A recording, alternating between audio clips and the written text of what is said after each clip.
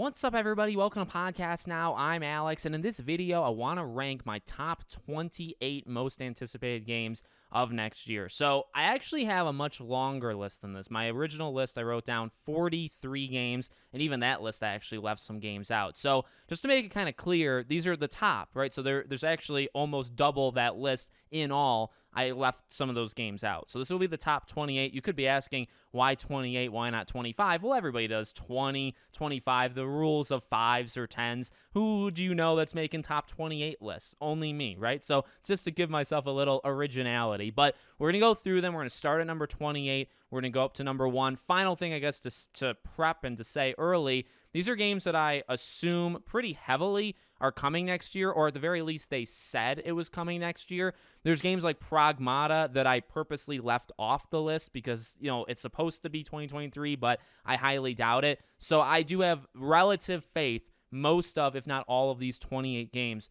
are actually going to release in the calendar year. Of course, they could be delayed, and I'm not here to jinx anything, so let's just get right to it. Number 28, I want to start with Skull and Bones, and you're going to see a theme, at least for the first couple. Skull and Bones is here simply just to see it through. It's out of curiosity's sake. So I've been covering this game, literally covering it, and also I have been thinking about it generally since it was first announced. I believe at E3 2017, I think was the first trailer, and look, I don't know how it's going to turn out. I feel like it's going to be a pretty mediocre, like average, middle-of-the-road game.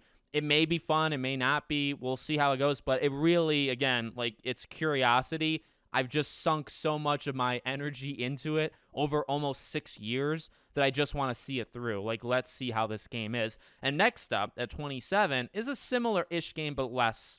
And the reason it's higher, well, it's Dead Island 2. Let me just say that right now. Dead Island 2 is 27. And again, the reason why it's here is because it's very similar to Skull and Bones. It's like, well, let's just see what it is. After so long, now it's jumped developers multiple times, I think like 3 or 4 times. But where it's at now, like the people that have it now that are releasing it to the world, they've had it for years. I think 4 years or so they've been making it. So it is like a finished product. Like, don't expect a game that was thrown together in like a year and a half, because they've had time to tear it all down and then build it all back up. And the reason it's higher than Skull and Bones, well, it's got the curiosity, but then it also has, well, this game actually may have a higher ceiling. Next up at 26 is Redfall. I thought this game would be higher, but I'm really anticipating a lot of games this upcoming year, so it is going to be relatively low. Still, I'm excited for it. I think for me, all I'm really looking for is a good time for a short amount of time when this game comes out. I mean, whenever I've talked about, say, Redfall and Starfield, I mean, I've always kind of focused more on Starfield, or even you bring in Fable and Indiana Jones and Hellblade and State of Decay. You can keep going, right? There's so many Xbox games coming. Redfall is not high up on there. In fact, it's probably dead last. Not because it looks bad, just because the other games are, you know, looking cooler. The gameplay we've seen for Redfall actually looks really solid. The very first trailer was weird, and I didn't necessarily love it, but definitely the first, I think they showed it this past June at their show.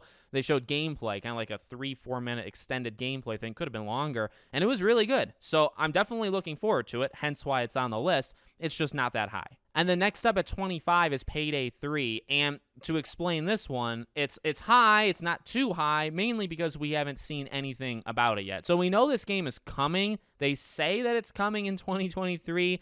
I'm not opposed to, you know, showing your game and releasing it within the same year. In fact, that's probably the preferred method to do things, but we just haven't seen it. So, you know, we could see the first trailer for this and it could be really good, could go higher, could see the first trailer, it could be really bad, go lower. I guess I'm just basing it off of it's supposed to come out this year, and also Payday 2 is a really good game. So if it holds the bar, which for Payday, they've held the bar. For other games this studio has made, they haven't held the bar. So, we'll, you know, there's some wiggle room to the quality that this game could have. So we'll just have to wait for, you know, the gameplay and the trailer and all that. Number 24 is the Dead Space remake. So again, this one's high in relative terms, but not too high, mainly because it's a remake. Now, I should watch my words because there is another remake, or maybe more than one. I think maybe only one, higher up on the list. But the idea with Dead Space is, you know, we've seen it before. With that being said, those are the only negatives. That's kind of what's holding it back, is it's a remake of a game that exists that is an excellent, right, like a top-tier game.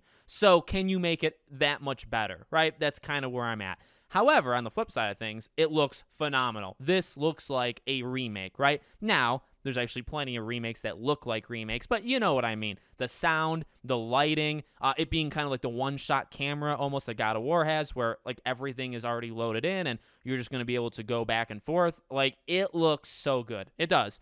The thing, again, holding it back is just it's a remake of another amazing game that it's coming from. So we'll see how it goes. It's also kind of the first one of the first big releases of 2023. So we get hit with this rather early. In fact, by the time you watch this video, like 3-4 weeks? So we're getting really close. And the next game on the list is SpongeBob, the Cosmic Shake. And that one, just above Dead Space, and also comes out right after Dead Space. I think this game releases January 31st. Hey, look, it is gonna, I feel very similar to Battle for Bikini Bottom, but that is probably like the prototype. Like, this is what you probably want your studios that are doing remakes to do. You want them to get familiar with a franchise through making a remaster or a remake, and then you probably want them to make their own game in the franchise. We've seen this pulled off with Crash Bandicoot, right? And I think SpongeBob is honestly going to be a really good example of this as well, where they got familiar with Battle for Bikini Bottom, Rehydrated, which was a great game. And this game is it's probably a lot of reused assets and all this stuff, but it looks fun. It's a new story, right? New concept, new bosses, new fight.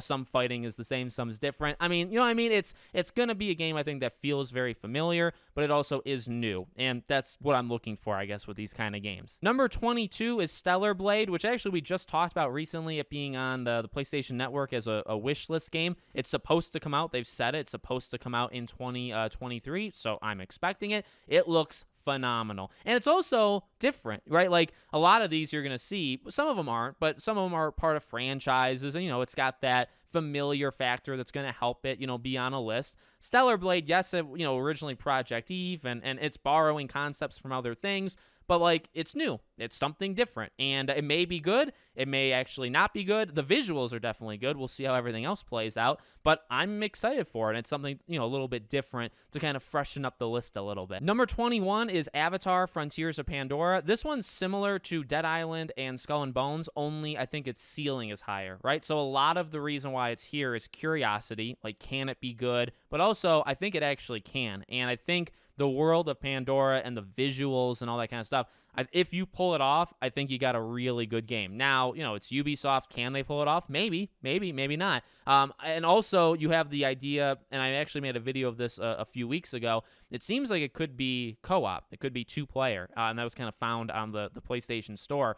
So if it is true, that adds an extra layer to this game that it previously didn't have. If it's not true, well, that layer gets taken away, but that could be something that really helps this game if it's real. So I'm looking forward to it, again, mostly from curiosity, but also if you nail this, you have a really good game, and so that's why it's this high. Number 20 is Lies of P. I think this game would be higher on certain, people that are into the genre, right, that this is into. It's high for me because across the board, this game looks phenomenal, from its concept to its visuals to the gameplay. Everything in this game looks great. The only issue for me is these are still hit or miss things of, can they hold not even hold my attention, can they hold me? In general, Elden Ring is the only one. I put in 52 hours into Elden Ring, which is a lot for me, maybe not, for other people that have played Elden Ring, but the point is, other games, Neo, Mortal Shell, even games that aren't From Software games, I can't get through them. I'm not good at these kind of games. So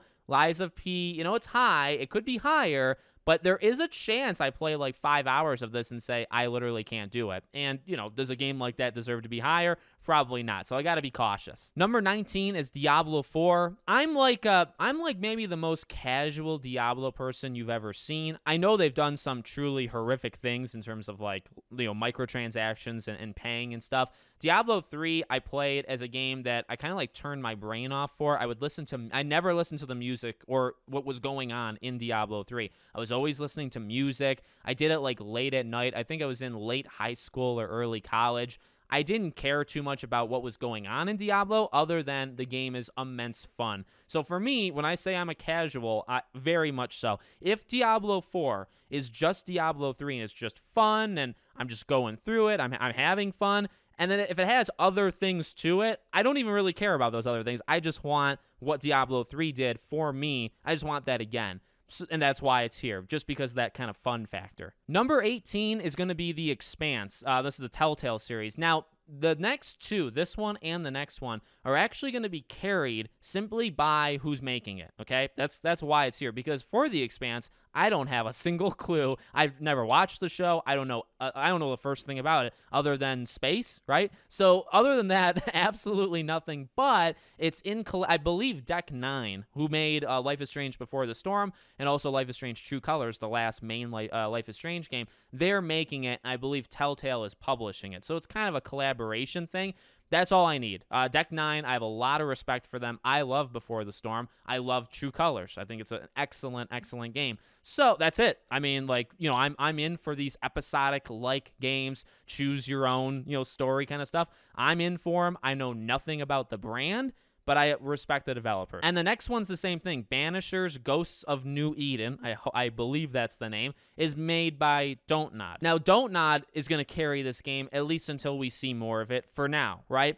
The thing is, Don't Nod is a very uneven studio, and I've talked quite a bit with them. They actually still have communication with me behind the scenes that I greatly respect them for, because Life is Strange 1 is one of my favorite games of all time. It's never going to change. There are some incredibly talented people at that studio.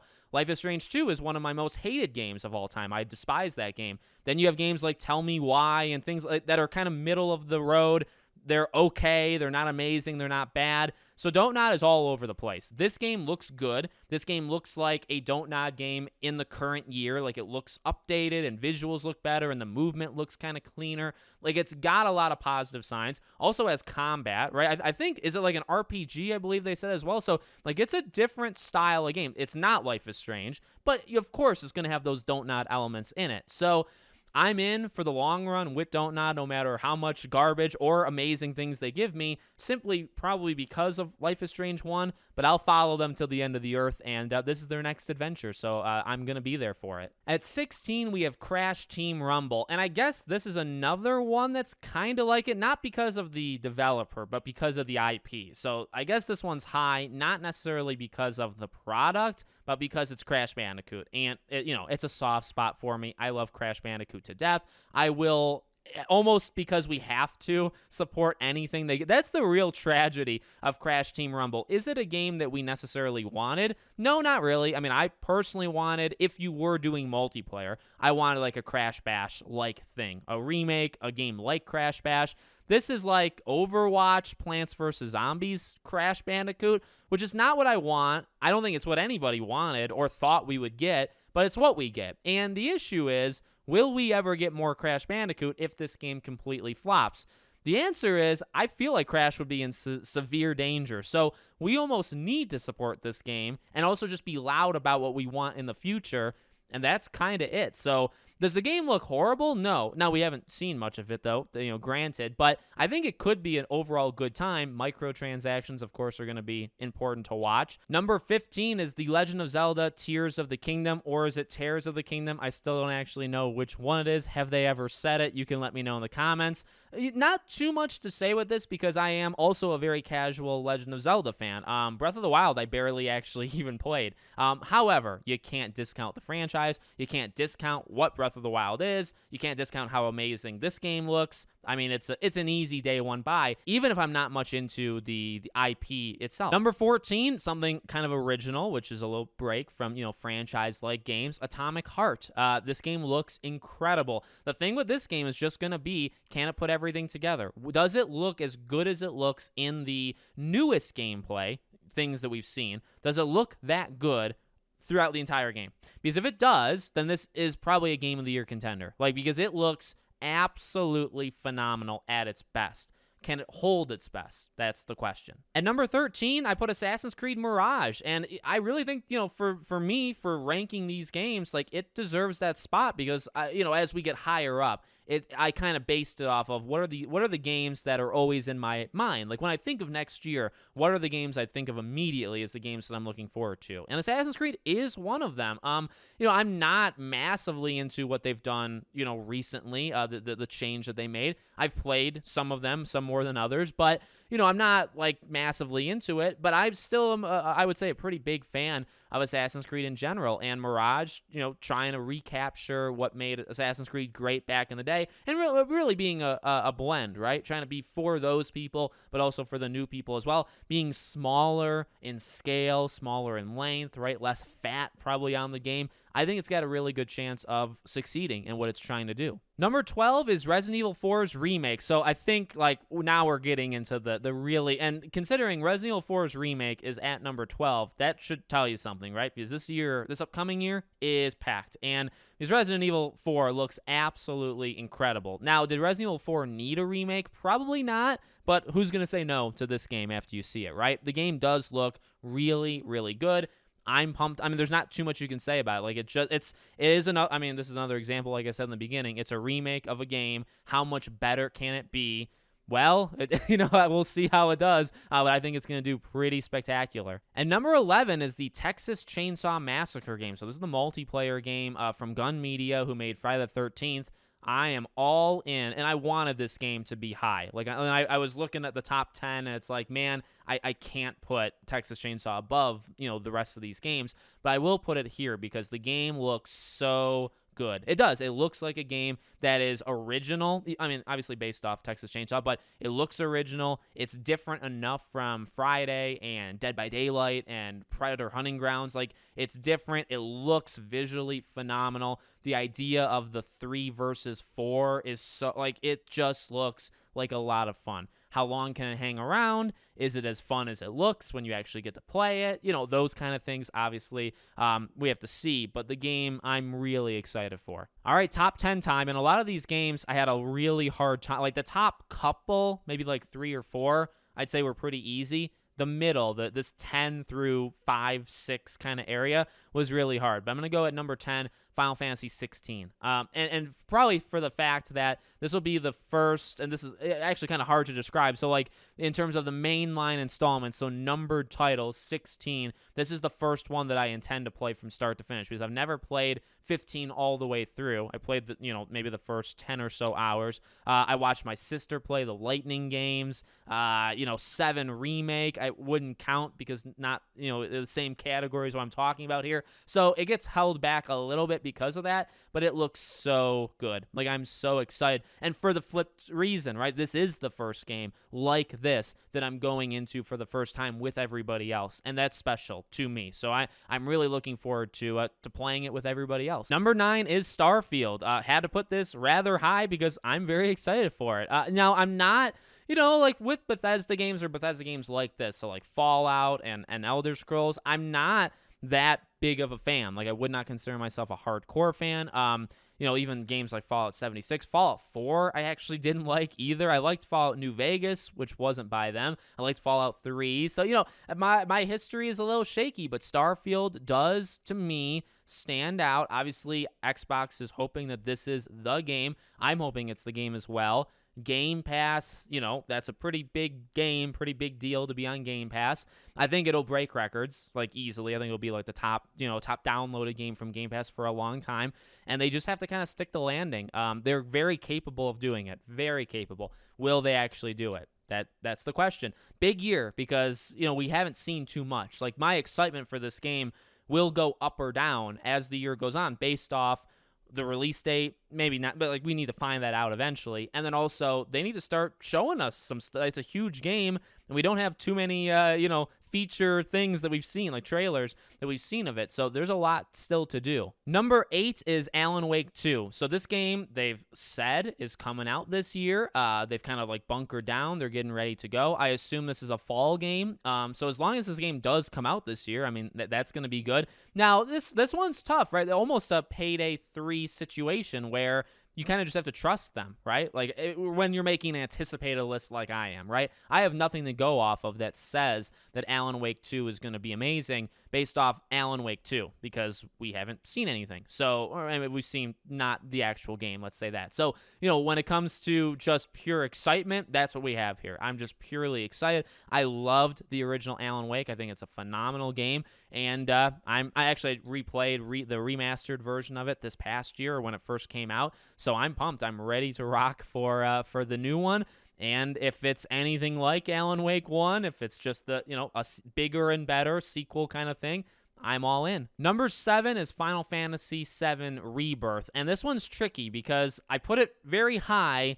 Also, you have to kind of put the brakes on it a little bit, and that's why it's probably not in the top 5, is because there's a chance it doesn't make it, right? Now, I'm basing it off of Crisis Core. Crisis Core was winter 2022, and then Rebirth was winter 2023. Now, winter does not mean December, or it doesn't have to mean December or earlier. In fact, winter does mean December, January, February. Kingdom Hearts is an example of the other way. Kingdom Hearts 3 and Remind were both winter of those years. Late January and then early February was Kingdom Hearts 3 and Kingdom Hearts Remind. So 7 Rebirth being winter 2023, could it come out in December like Crisis Core managed to do? Yes. And if so, it's rather high because, 7's remake. I love 7's remake. I'm in, as we talked about with Final Fantasy 16. I'm ready to rock. And so that's all there really is to say about that. However, if it doesn't make it, right, kind of sucks because it's this high on my list. And if it does slip, it makes it probably to January, February of 2024. It's an early release the year after. So that's why it is where it is. And number 6 is Suicide Squad Kill the Justice League. Again, I said this is a hard, area of my ranking. It is because Suicide Squad, it's a game that I really, really hope is good. I do. And, the Batman thing with Kevin Conroy, it's very hard to shrug that off and say, oh man, that doesn't make me any more excited. Of course it does, right? Now, in terms of what we've actually seen of the game, there is, again, a lot of wiggle room or a big kind of flip it can do. It can be incredibly amazing. It could be incredibly bad. Like, the type of game it is, we'll see. There's so much room to massively succeed, and there's so much room to massively fail. Right now, I'm feeling good, and I'm also just feeling very excited. At number 5, we're going to go with Master Detective Archives Raincoat. Now, you could be saying, Alex, what did you just say? And I'll say it. Actually, no, I'm not going to say it again. You can just look it up. No, this game looks incredible. So I talked about earlier originality, and I'm going to have some games that are not part of franchises that are high up. Well, that's partially true with this game because it's from the mind, the genius of Danganronpa. Now, Danganronpa is one of my favorite games and franchises of all time. If you haven't played it, yes, it is for a specific genre type of person, but if you're into that stuff, you're missing out if you haven't played it, all right? So with that being said, and what I just said, it being one of my favorite franchises and games of all time, this is not a Danganronpa game, but it sure is. Like, it's what you would imagine a spin-off, like if the guy, which did happen, the guy leaves the studio, makes his own studio, makes another kind of game, but there's a lot of, influence. That's what we have here. This game is going to be the modern-day Danganronpa-like game, and that's all it needs. That's all it needs from me, and I know it's going to be great. At number 4, we have The Wolf Among Us 2. Oh boy, oh boy, oh boy. Like, this one deserved it. This one, when I was saying, the top group wasn't that hard, there were, that Master Detectives game and even Suicide Squad, could that have been in the top 4, like where this is? Maybe, but at the end of the day, I thought, no, The Wolf Among Us is so good. Like, the first game, and I'm going to replay it to get ready again for the second one. It is so good. It was at the peak of Telltale. It was a game that proved they could do it beyond Walking Dead. I mean, that's literally what this game, to me, signified at the time. I have a lot of hope. I mean, if this game is awful, it will be one of the most colossal disappointments that I could imagine because of how high I value it right now to, where it could come in. But, it's hard to say, I'm not. And again, when I talked about looking into next year and thinking about games, what's immediately a game that comes to mind? This is a game that immediately comes to mind that I don't think comes to mind with other people. So, kind of stands out. At number 3, we have Star Wars Jedi Survivor. Kind of maybe tough between 3 and 2, but I felt, Jedi Survivor, was in the spot. I'm actually replaying Fallen Order again. I played it back when it came out, and I'm replaying it now. It's an incredible game, and in fact, playing it again reminds me about how good it was, and that actually kind of helps, because I think Jedi Survivor has always looked good to me, even from that, reveal trailer, but now replaying Fallen Order, it's like, oh, these guys know what they're doing, and now you get to do the sequel. You get to do the bigger and better stuff, and you don't have to do kind of an origin thing. You get to do whatever you want. Like, I am so ready for what they do here. And, again, that gameplay trailer I thought was phenomenal and the perfect way of showing, visuals and what you're going to be doing, and also new gameplay changes. Like, they just absolutely nailed it. And also a relatively early game. All these kind of games are scattered throughout the year. So for Jedi Survivor, relatively early on, being in March. So we may get hit with a Game of the Year contender really early. And number 2, we have Marvel's Spider-Man 2. This wasn't surprising to me because you should maybe know what number 1 is at this point. But Spider-Man 2, tough. Also, I guess based off my own rules, because we haven't seen too much on it. But again, this is one of those trust factor things, and I trust, which I think a lot of people do. In Insomniac, we trust. I think they've proven that they know what they're doing, right? Now, not to say the game may not have hiccups or faults to it, but I think we can be pretty confident based off their track record that we can put this relatively high in our excitement category without really seeing much of it yet, right? And this is the full year of it, right? It probably comes out very late in the year, but that means the entire lead up to it, or the whole year leading up into it, should be kind of Spider-Man's year to do what they please, right? Show gameplay, do events, not do gameplay, whatever they want to do. But obviously, a lot of people are excited for it, and I am too. And of course, probably no surprise if you've watched other videos of mine, number 1, Hogwarts Legacy. Since its announcement, I would say probably even since its leak back in October of 2018, I started covering it in December of 2018. So, similar in a way to Skull and Bones, but just like on so many steroids. Hogwarts Legacy has been a game I've covered for almost half a decade, right? And that's insane. But also, unlike Skull and Bones, I think this game has so much potential. It's also just bigger in kind of every single way. Also, I love pirates. I love the idea of pirating, but Harry Potter, the Wizarding world is very, very special as well. So I mean, it's the game's year. If the game is a colossal disappointment, it's an early favorite for me to being a very special game or a game of the year kind of thing. I guess even in some ways it is curiosity, because I don't know if it's going to be like I don't think actually it's going to be like the greatest game of all time. Okay, I've actually never thought that. Do I think it could be a game of the year contender? Yeah, I actually do believe that. But I'm also just very curious to see where it lands. Is it a Harry Potter fan's dream game, but then as a general RPG game player, they're not going to like it all that much? Like, is it weak in some categories, but in the lore and pleasing Harry Potter fans, it's really good? It could be, right? And that's not the greatest game of all time when you're kind of singling out who you're trying to appeal to. We'll see. We'll see how it does. But the curiosity obviously takes it up. The linkage to me of how long I've been covering it, that moves it up. But I really do believe this can be a very special game if done correctly, which there's a lot of positive signs. I think this game can be extremely, extremely good. And very early in the year, right? February 10th. You get this before Jedi Survivor, so this could be the game to beat very quickly in the year, and that's exciting. So there's my list. Again, there's many more games that weren't on it. It's not like if I didn't say a game's name, it means I'm not looking forward to it. Also, every game on this list, and probably on my 43-game list, I'd be getting day one. So even if I didn't say like nonstop positive things about it, being on my list means I'm getting it immediately. So that's just something to throw in there right at the very end, just to say I said it in case people get mad at me in the comments. So make sure you guys are subscribed, bell icon turned on, and I'll see you all on the next one.